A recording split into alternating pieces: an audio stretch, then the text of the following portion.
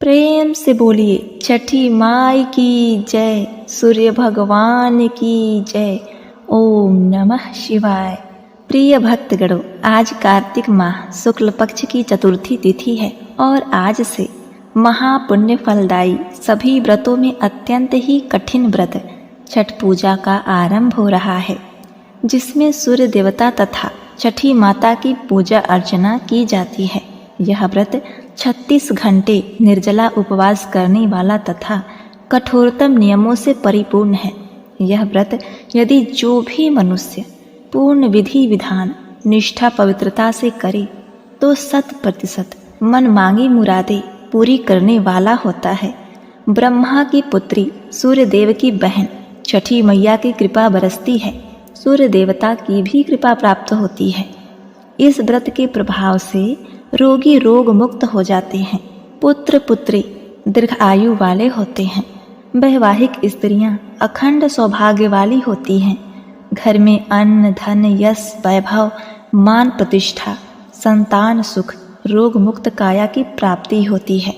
व्रती व्यक्ति पर छठी मैया की ऐसी कृपा बरसती है कि बारंबार छठी मैया का गुणगान गाते नहीं थकता। तो आज मैं सुना रही हूँ छठ व्रत के प्रथम दिन सुनी जाने वाली नहाय खाए की बड़ी ही दुर्लभ तथा पौराणिक कथा। मान्यता के अनुसार राजा प्रियव्रत और उसकी पत्नी मालिनी संतान सुख से वंचित थे। इस बात से राजा रानी काफी दुखी थे। एक दिन उन्होंने संतान प्राप्ति के लिए महर्षि कश्यप से पुत्रष्टि यज्ञ करवाया। महर्षि ने यज्ञ संपन्न करने के बाद मालिनी को खीर दी। खीर का सेवन करने के बाद मालिनी गर्भवती हो गई और 9 महीने बाद उनसे एक पुत्र की प्राप्ति हुई, लेकिन दुर्भाग्य से उनका पुत्र मृत पैदा हुआ। यह देखकर राजा और रानी बहुत ही दुखी हो गए और निराशा की वजह से राजा ने आत्महत्या करने का मन बना लिया। परंतु जैसे ही राजा आत्महत्या करने लगे तो उनके सामने भगवान की मानस पुत्री देवसेना प्रकट हो गई और उन्होंने कहा कि हे राजन, मैं खष्टी देवी हूँ, मैं लोगों को पुत्र सुख प्रदान करती हूँ। जो व्यक्ति सच्चे मन से मेरी पूजा करता है उसकी मैं सभी मनोकामनाएं पूर्ण करती हूँ। यदि राजन तुम मेरी विधि विधान से पूजा करोगे तो मैं तुम्हें पुत्र रत्न प्रदान करने का वरदान दूंगी। अब देखिए, देवी के कहे अनुसार राजा प्रियव्रत ने कार्तिक शुक्ल की खष्टी तिथि को देवी खष्टी की पूजा की। इसी पूजा के फलस्वरूप रानी मालिनी एक बार फिर से गर्भवती हुई और ठीक 9 महीने बाद उन्हें एक सुंदर पुत्र की प्राप्ति हुई। हे छठ माता, हे सूरज देव, जिस प्रकार आपने राजा को पुत्र रत्न की प्राप्ति की, उसी प्रकार सभी माताओं का गोद भरना, सभी के घर में बच्चों की किलकारी गूंजे। जय छठी मैया। ओम नमः शिवाय। प्रिय भक्तों, अब आइए सुनते हैं दूसरी पौराणिक कथा। एक राजा थे, उनके 7 रानी 7 बहुएं और 7 बेटे थे। उन्होंने तालाब खुदवाया, तालाब में पानी नहीं आया। उन्होंने बहुत ही प्रयत्न करके देखे कि इसमें पानी क्यों नहीं आया। उन्होंने ज्योतिषियों से पूछा तो ज्योतिषी बोले, इसमें नाती की बलि चढ़ाओगे तो पानी आसानी से आ जाएगा। अब क्या था, राजा बड़ी ही दुविधा में पड़ गए, क्योंकि वो राजा थे। नगर का पालन पोषण करना उनकी जिम्मेदारी थी। नगर में अकाल पड़ा था, नगर में पानी की त्राही त्राही थी। लोग राजा को दोष देने लगे कि राजा ने तालाब खुदवाया, पानी ही नहीं आया, हम तो प्यास से मर जाएंगे। यह सब देखते हुए राजा बड़े ही दुखी हुए। रानी ने अपनी बड़ी बहू से कहा, हे पुत्री, मैं तुमसे एक चीज मांग रही हूँ। वह बोली, बोलिए। तो सास ने कहा कि अपना लड़का हमें दे दो, उसकी बलि चढ़ा दे। तो बहू ने इनकार कर दिया कि लड़का खिला पिला कर पाल पोस कर बड़ा किया है, वह कैसे दे दे। इस तरह दूसरी तीसरी 6 बहुओं ने इसी तरह कहा कि नहीं, हम अपने पुत्र को नहीं देंगे, कि इतना बड़ा पाल पोस कर किया है, लड़का हम नहीं देंगे। अब क्या था, रानी ने सोचा कि सातवीं बहू के पास जाने की कोई जरूरत नहीं, क्योंकि वह भी मना कर देगी। इसी असमंजस में सातवीं बहू के पास गई। सातवीं बहू से बोली कि हे बहू, कुछ मांगने आई हूँ। बहू बोली, सब आपका है, जो चाहे वो मांग ले। सास बोली, बहू तुम अपना पुत्र मुझे दे दो, हम उसकी बलि देंगे तो तालाब में पानी आ जाएगा। बहू ने आंखों में आंसू भरकर लड़का दे दिया। अब तालाब में इतना पानी आ गया कि वो भर गया। तब कार्तिक माह शुक्ल पक्ष की चतुर्थी तिथि आई। महिला तालाब पर नहाने गई। उसने उसी दिन से छठ मैया का व्रत उठाया, नहाय खाय किया। अब क्या था, जैसे ही एक दिन बीता, राजा के घर की सभी महिलाएं ताल पर नहाने गईं। सब जा ही रही थीं तो ससुर सातवीं बहू से बोले कि तुम भी बेटा चली जाओ। बहू ने सोचा, हमारे तो लड़का है ही नहीं, पर ससुर कह रहे हैं तो उनके आदेश से ताल नहाने चली जाऊंगी। सब महिलाएं ताल में नहा रही थीं तो एक छोटा सा बालक खेलते हुए गोदी में आ गया। सबने कहा कि यह किसका लड़का है। सबने इनकार कर दिया तो बहू ने देखा कि लड़का उसका है। उसने बालक को आंचल में उठाया और घर आकर छठ मैया की पूजा बड़ी श्रद्धा के साथ किया। एक बार प्रेम से बोलिए, जय छठी मैया। हे छठ माता, जिस प्रकार आपने सबसे छोटी बहू को दिया, वैसा सबको देना, सबके पुत्रों की रक्षा करना। कथा कहानी कहने वाले, सुनने वाले तथा हुंकारा भरने वालों को देना। ओम नमः शिवाय। प्रिय भक्तों, अब आइए सुनते हैं छठ माता की तीसरी कथा। एक बहू थी, उसके एक बालक था। वह हर कार्तिक माह के छठ को छठ मैया का व्रत करती थी। एक दिन वह अपने बालक को दूध पिलाकर व सुलाकर छठ पूजा के लिए बाहर गई। वह पड़ोस की महिला से बताकर गई कि वह मेरे बालक का ध्यान रखना। दुर्भाग्यवश उस महिला की कोई संतान नहीं थी।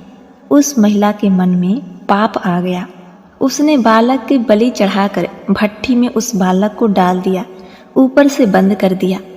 इधर महिला जब लौटी तो अपने बालक को ना पाकर विलाप करने लगी। हर जगह अपने बालक को ढूंढने लगी।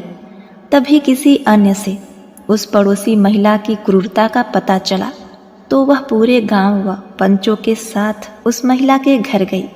बहू ने रोते हुए छठ मैया को याद करते हुए उस भट्ठी का ढक्कन खोला तो उसके अचरज का ठिकाना न रहा। उसका बालक यथावत भट्ठी में हंसता हुआ खेल रहा था। झट से बहू ने अपने बालक को आंचल में भर लिया और दुलार करने लगी। वह तुरंत ही घर लौट आई। पूरे श्रद्धा भाव से छठ मैया की पूजा अर्चना की और उनका पारण किया। विनती की कि हे छठ मैया, जिस तरह तुमने मेरे बालक की रक्षा की है, उसी तरह सबके बालक की रक्षा करना। जय हो छठी मैया, जय सूर्यदेव। छठ मैया, जिस प्रकार आपने इस बालक की रक्षा की, उसी प्रकार सदैव हमारे बालकों व सभी के बालकों की रक्षा करना व सभी पर कृपा बनाए रखना। प्रिय भक्तों, अब आइए सुनते हैं छठ मैया की चौथी कथा।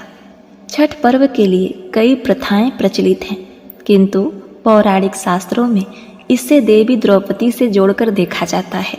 कहा जाता है कि सर्वप्रथम पांडवों ने छठ का व्रत किया था।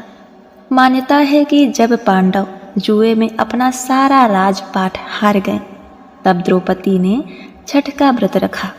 द्रौपदी के व्रत के फल से पांडवों को अपना राजपाट वापस मिल गया था। इसी तरह छठ का व्रत करने से लोगों के घरों में समृद्धि और सुख आता है। एक और पौराणिक कथा के अनुसार लंका विजय के बाद राम राज्य की स्थापना के लिए कार्तिक शुक्ल की षष्ठी को भगवान राम और सीता जी ने उपवास किया और सूर्य देव की आराधना की। सप्तमी को सूर्योदय के समय पुनः अनुष्ठान कर सूर्य देव से आशीर्वाद प्राप्त किया था। एक अन्य मान्यता के अनुसार छठ पर्व की शुरुआत महाभारत काल में हुई थी।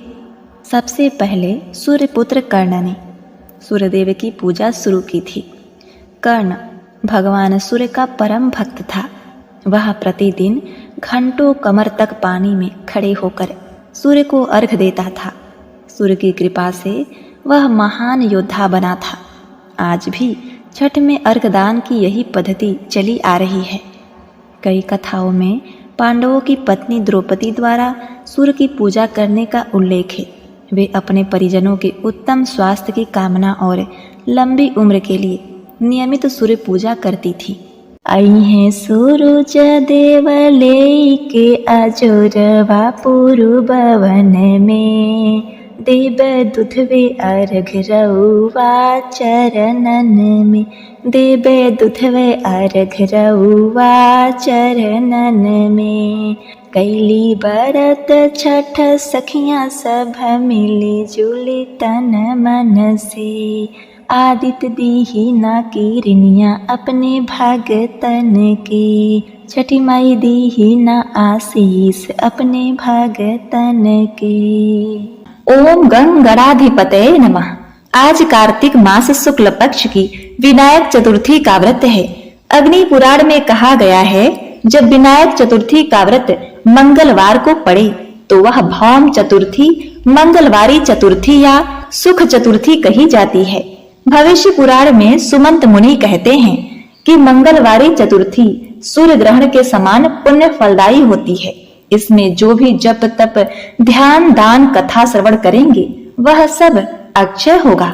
मंगलवारी विनायक चतुर्थी का उपवास करके जो भगवान गणेश की पूजा दुर्वा घास में सिंदूर लगाकर उन्हें चढ़ाता है और व्रत कथा को पूर्ण श्रद्धा भाव से श्रवण करता है तो उनके सभी कार्य सिद्ध हो जाते हैं और सभी संकट दूर हो जाते हैं।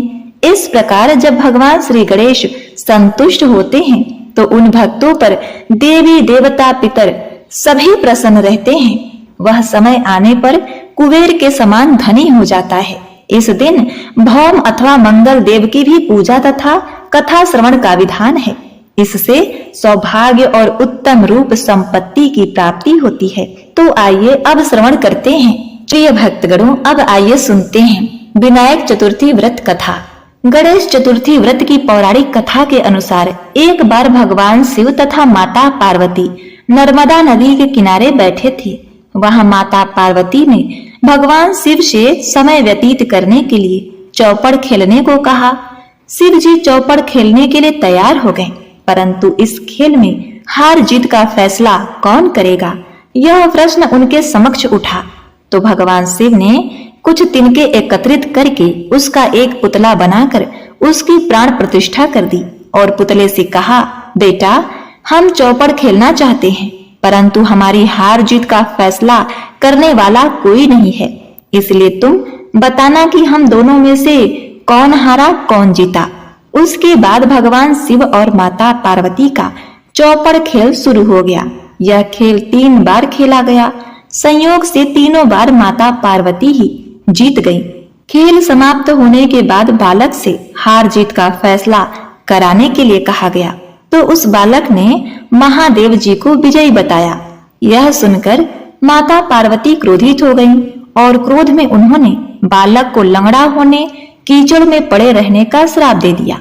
बालक ने माता पार्वती से क्षमा मांगी और कहा, हे माते, यह मुझसे अज्ञानतावश ऐसा हुआ है, मैंने किसी द्वेष भाव में ऐसा नहीं किया। बालक द्वारा क्षमा मांगने पर माता ने कहा, यहाँ गणेश पूजा के लिए नाग कन्याएं आएंगी, उनके कहे अनुसार तुम गणेश व्रत करो, ऐसा करने से तुम मुझे प्राप्त करोगे। यह कहकर माता पार्वती शिव जी के साथ कैलाश पर्वत पर चली गईं। 1 वर्ष के बाद उस स्थान पर नाग कन्याएं आईं। तब नाग कन्याओं से श्री गणेश के व्रत की विधि मालूम करने पर उस बालक ने 21 दिन लगातार श्री गणेश का व्रत किया। उसकी श्रद्धा से गणेश जी प्रसन्न हुए। उन्होंने बालक को मनोवांछित फल मांगने के लिए कहा।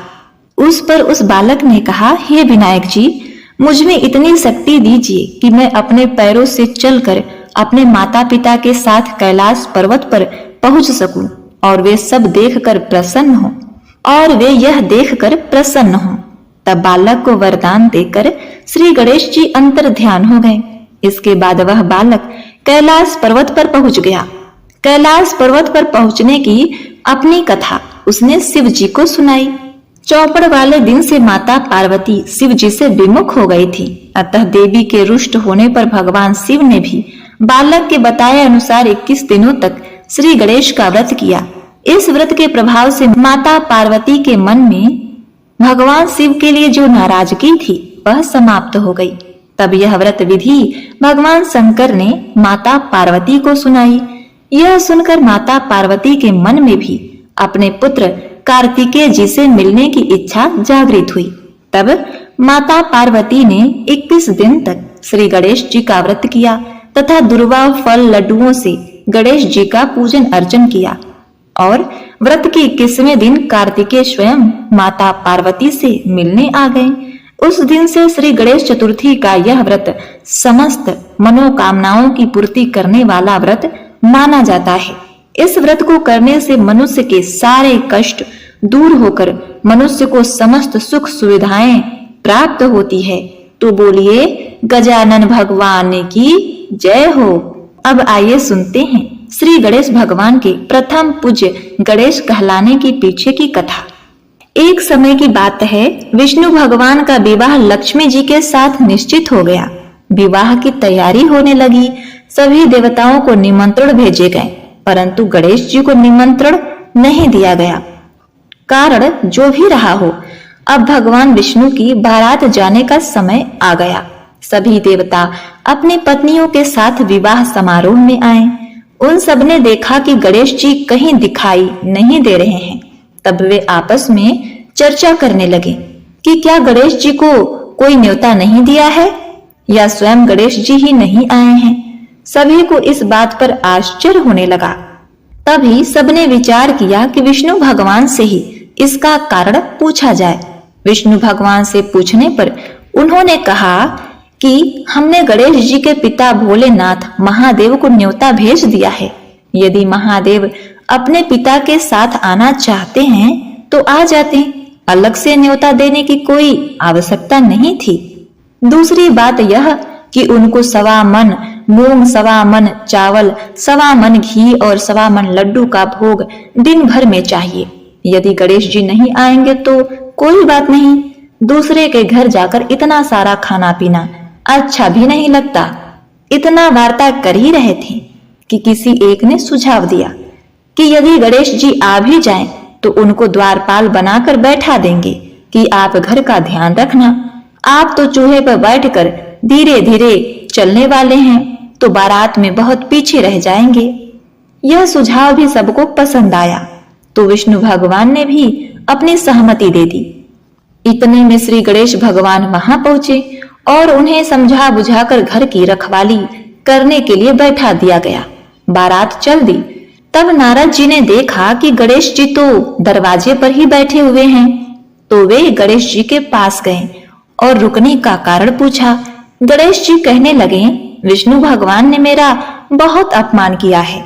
नारद जी ने कहा, आप अपनी मूषक सेना को आगे भेज दें तो वह रास्ता खोद देगी, जिससे उनके वाहन धरती में धंस जाएंगे। तब आपको सम्मान पूर्वक बुलाना पड़ेगा। तो गणेश जी ने अपनी मूषक सेना जल्दी से आगे भेज दी और सेना ने जमीन पोल कर दी। जब बारात वहां से निकली तो रथों के पहिए धरती में धंस गए। लाख कोशिश करें परंतु पहिए नहीं निकले। सभी ने अपने अपने उपाय किए परंतु पहिए तो नहीं निकले, बल्कि जगह जगह से टूट फूट गए। किसी की समझ में नहीं आ रहा था कि अब किया क्या जाए। तब नारद जी ने कहा, आप लोगों ने गणेश जी का अपमान करके अच्छा नहीं किया। यदि उन्हें मना कर लाया जाए तो आपका कार्य सिद्ध हो सकता है और यह संकट टल सकता है। शंकर भगवान ने अपने दूत नंदी जी को भेजा और वे गणेश जी को लेकर आए। गणेश जी का आदर सम्मान के साथ पूजन किया गया। तब कहीं रथ के पहिए निकले। अब रथ के पहिए निकल तो गए परंतु वे टूट फूट गए थे, तो उन्हें सुधारे कौन। पास के खेत में खाती काम कर रहा था, उसे बुलाया गया। खाती अपना कार्य करने से पहले श्री गणेशाय नमः कहकर गणेश जी की वंदना मन ही मन करने लगा। देखते ही देखते खाती ने सभी पहियों को ठीक कर दिया। तब खाती कहने लगा, हे देवताओं, आपने सर्वप्रथम गणेश जी को नहीं बुलाया होगा और न ही उनकी पूजा की होगी, इसीलिए तो आपके साथ यह संकट आया है। हम तो मूर्ख अज्ञानी हैं, फिर भी पहले गणेश जी को पूजते हैं, उनका ध्यान करते हैं। आप लोग तो देवतागण हैं, फिर भी आप गणेश जी को कैसे भूल गए? अब आप लोग भगवान श्री गणेश की जय बोलकर जाएं तो आपके सब काम बन जाएंगे और कोई संकट भी नहीं आएगा। ऐसा कहते हुए बारात वहां से चल दी और विष्णु भगवान का लक्ष्मी जी के साथ विवाह संपन्न करा के सभी सकुशल घर लौट आए। तो बोलिए प्रथम पूज्य श्री गणेश भगवान की जय हो। चौथ माता की मंगलकारी कथा। आपसे निवेदन है कि कथा को श्रवण करने से पहले कमेंट में श्री गणेश भगवान की जय हो जरूर लिखें और चैनल को सब्सक्राइब करके वीडियो को ज्यादा से ज्यादा शेयर करें। गणेश भगवान आपकी समस्त मनोकामनाएं पूर्ण करें। एक साहूकार के 4 बेटे थे। उनके 3 जो बड़े बेटे थे वे अपने पिताजी के साथ व्यापार में हाथ बटाते थे, पर छोटा बेटा कोई काम नहीं करता था। और जैसा कि कहा जाता है कि जो काम काज नहीं करता घर में उसकी कोई इज्जत नहीं होती, इसी तरह से छोटे बेटे की उस घर में कोई इज्जत नहीं करता था। उसकी पत्नी को भी कोई भी सम्मान की दृष्टि से नहीं देखता, उसे नौकरानी की तरह काम कराया जाता था। उसकी पत्नी से घर की तीनों बड़ी बहुएं गाय भैंस का गोबर उठवाती, उससे बर्तन मजवाती, झाड़ू बुहारी करवाती, गाय भैंस को चराने के लिए खेत में भेजती तथा छोटी बहू से घर का पूरा काम कराती। उसको रसोई में नहीं आने दिया जाता था। रसोई का वह कोई काम नहीं करती थी, सिर्फ बर्तन मांजती थी। यह सब देखकर साहूकार का छोटा बेटा बड़ा ही दुखी हुआ। उसे अपने पत्नी को इस तरह काम करते हुए देखकर बर्दाश्त नहीं हुआ और वह एक दिन पैसा कमाने के लिए बाहर दूसरे प्रदेश में चला जाता है। अब उसकी पत्नी को उसकी जेठानी और सास गाय की गौशाला में रख देते हैं। एक तरीके से उसका कमरा गौशाला ही बन जाता है। वह दिन भर गाय चराती, गायों के साथ रहती, उसकी सफाई करती, उनका गोबर कंधे पर उठाकर उसे खेत में फेंकती और बाकी से वह उपले पाथती और गौशाला में ही उसकी सास और जेठानी उसको खाना दे जाती थी, तो वही वह खाना खा लेती थी और रात को वहीं पर बिस्तर लगाकर वहीं पर सो जाती थी।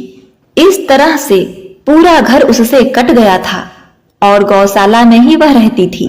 अब छोटी बहू बचपन से ही चौथ माता का व्रत किया करती थी।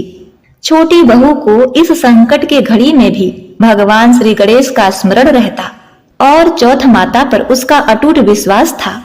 एक दिन जब चौथ का व्रत था तो जेठानी उसे खाना लाकर देती है, तो वह छोटी बहू उस खाना को नहीं खाती। एक समय का खाना गाय को खिला देती, दूसरे समय का खाना जमीन में गड्ढा खोदकर उसमें गाड़ देती थी। रात को जब चांद दिखाई देता तो चांद के दर्शन करके और फिर रात का खाना खाती थी। इस तरह से कई साल बीत गए। वह बहुत ही दुखी हो गई। एक बार उसने चौथ माता से प्रार्थना की कि हे चौथ माता, मेरे पति को वापस अपने घर भेज दो, मैं उनके बिना बड़ी ही अधीर हो रही हूँ। उधर उसका पति जब प्रदेश में गया हुआ था तो वहां जाकर व्यापार करने लगा। उसका व्यापार अच्छा चल पड़ा और व्यस्तता में वह यह भी भूल गया कि उसका घर है। घर परिवार में उसको किसी की याद नहीं आती थी। पर उसकी पत्नी ने जब प्रार्थना की तो उसकी करुण पुकार चौथ माता ने सुनी। चौथ माता साहूकार के बेटे के सपने में गई और कहा, हे बेटे, तेरे घर वाले तेरा इंतजार कर रहे हैं, तू अपने घर जा। तो वह बोला, माँ कैसे जाऊं, अभी लोगों को पैसा दिया हुआ है, वह पैसा तो वापस आए, अच्छा धन इकट्ठा करके अपने घर जाऊं तब बात बनेगी, क्योंकि प्रदेश में धन कमाने के लिए तो आया ही था। तो माता ने कहा, ऐसा कर कि कल तू मेरा नाम लेकर गल्ले पर बैठ जा, तो कल तेरा सारा हिसाब चुकता हो जाएगा। ऐसा कहकर चौथ माता अंतर ध्यान हो गई। साहूकार के बेटे ने सोचा कि कल रात को सपने में जैसा चौथ माता ने कहा है वैसा ही करता हूँ। तो दूसरे दिन वह गल्ले पर बैठा। तो जितने भी लोगों ने उससे पैसा लिया था सब उसे पैसे देने लगे और उसके पास काफी धन इकट्ठा हो गया था। तो उसने अपने घर जाने की तैयारी की। वह घर के लिए रवाना हो गया। जब घर पहुंचा तो सब उससे बड़ी ही स्नेह और प्यार से मिले। उसको वहां सब लोग दिखाई दिए, उसके तीनों भाई भाभी माँ पिता, पर उसको अपनी पत्नी दिखाई नहीं दी। तो उसने अपने माँ से पूछा, माँ मेरी पत्नी कहाँ है? तो उसकी माँ ने गौशाला की तरफ इशारा करके बताया कि यह तुम्हारी पत्नी है। तो वह अपनी पत्नी को देखकर बहुत दुखी होता है। उसको लगता है कि इसकी दुर्दशा के लिए मैं जिम्मेदार हूँ।